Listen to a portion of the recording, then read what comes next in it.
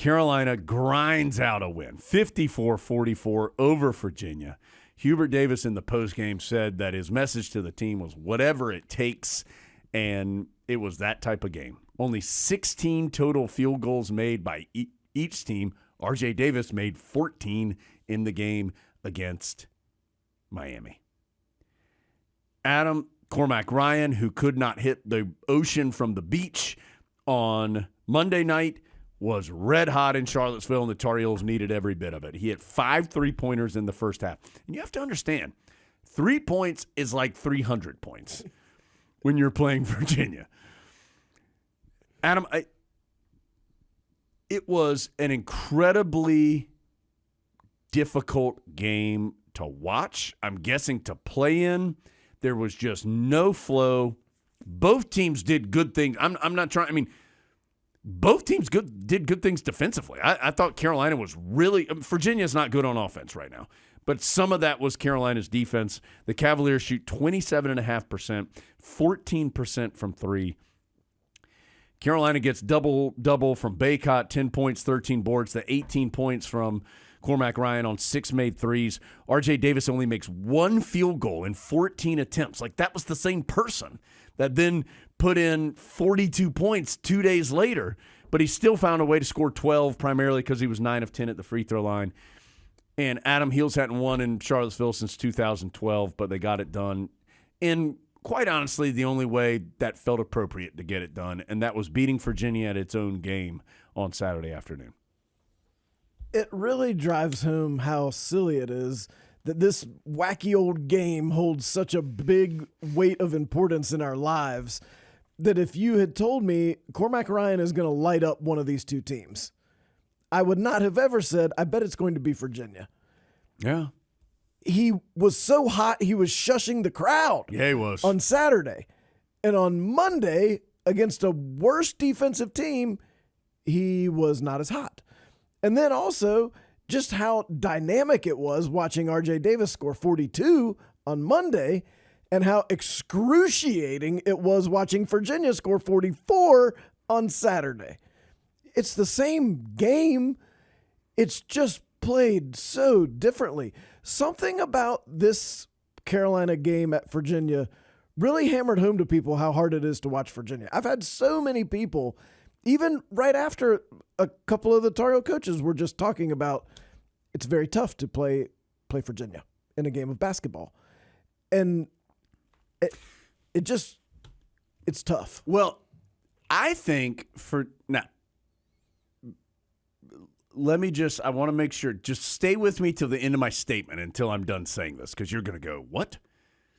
I think Virginia got an unfair reputation at some point for being this bad offensively. Like, Virginia had really good players, like Malcolm Brogdon and Justin Anderson and London Parentes and Kyle Guy and Ty Jerome and all. I mean, there was DeAndre Hunter. There was like a 6 or 7 year period here from, I'll say, around 2014-ish to 2019, where Virginia was very difficult to play and they played great defense, but they had some guys who could play, and it ultimately helped them win a national title. This team is now what everybody thought those teams were. A team that just can't score. They have some guys who can shoot three-pointers, but if you disrupt it and they don't get open feet set threes, they just can't score. And they still play really good defense, and they slow the game down, and they make it really hard. But they've gone under 50 points in 3 straight games. They won one of them, 49-47. So, Adam, you can never count Virginia out. Never. Tony Bennett is an excellent coach. But they have got to find a way, from their perspective, that they can't score. And I don't care how good your defense is. Like, you're going to have Cormac Ryan. Somebody's going to do that. And when you can't match it at all, that's troublesome for them. In the era you're talking about, you could easily look at Virginia's roster and say you could take player X or player Y and put him on any other team in the league, Yes. and they would be excellent. I'm not sure that you would make that same statement today. Beekman is really good, but they ask him to do a whole lot. He's got to guard R.J. Davis, which he did a terrific job of, but he's also got to initiate all of their offense, and he's got to be the best guy to score. Like, he is asked to do a lot. And I do think he's gotten better, especially offensively. Yes. Like he is a good player. He's improved. He is at worst a second-team all-conference player coming up here in the postseason. I vote for that. Adam doesn't. No big deal. Right. And that honestly, there is no one in the ACC outside of Chapel Hill that I have more respect for than Tony Bennett. Yeah, no, excellent coach.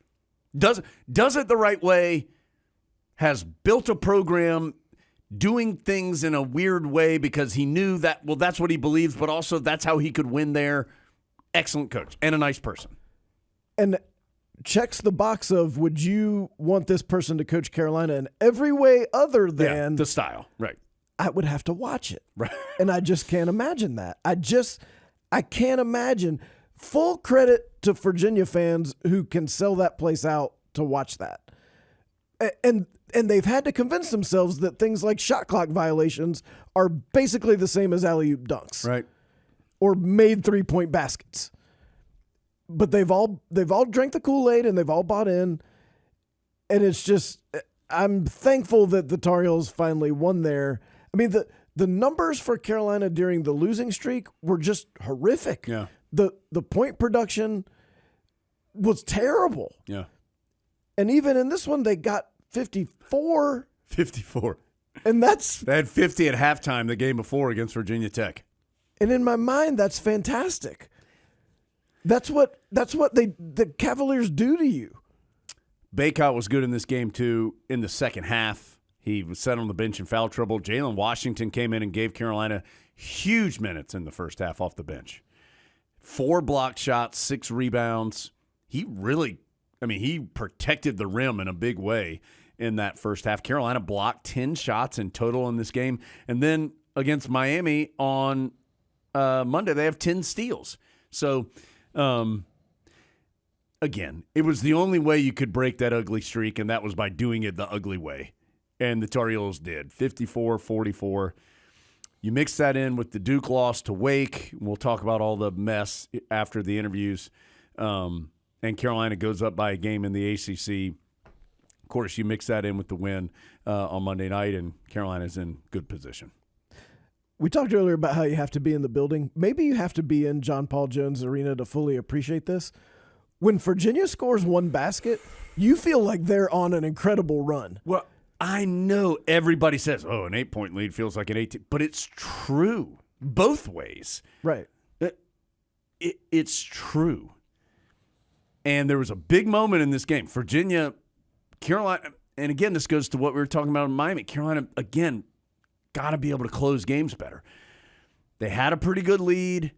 Virginia, all of a sudden, though, cuts it to 5. And this was a game where Carolina led by 10 or 12, 8, 10, 12, kind of in that range, a large majority of the game. They cut it to 5 and had the ball.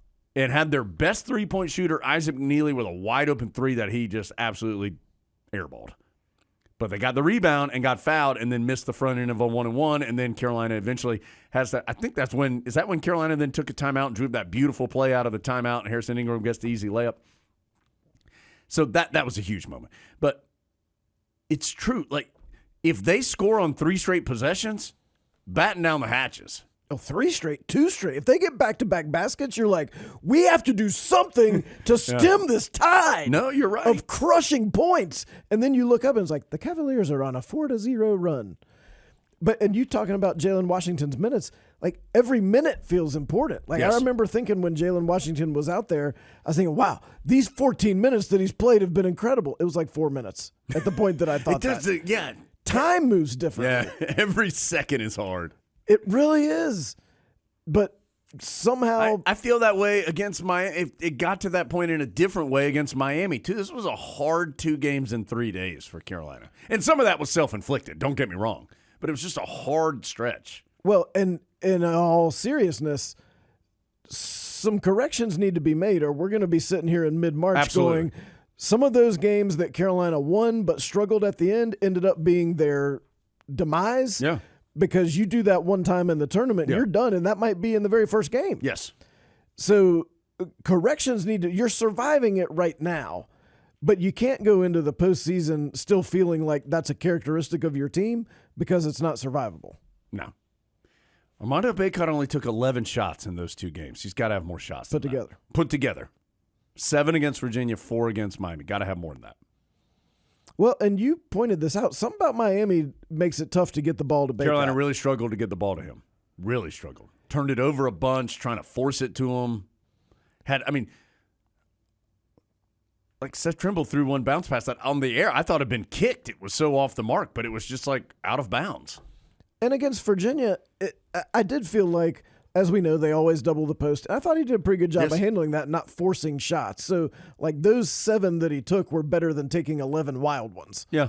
So I thought that was okay. But Carolina's got to figure out – there have been some times here the last couple of weeks where he's been open. Yeah. And you can hear – we were next to the bench on Saturday, and you can hear Hubert Davis saying, give him the ball.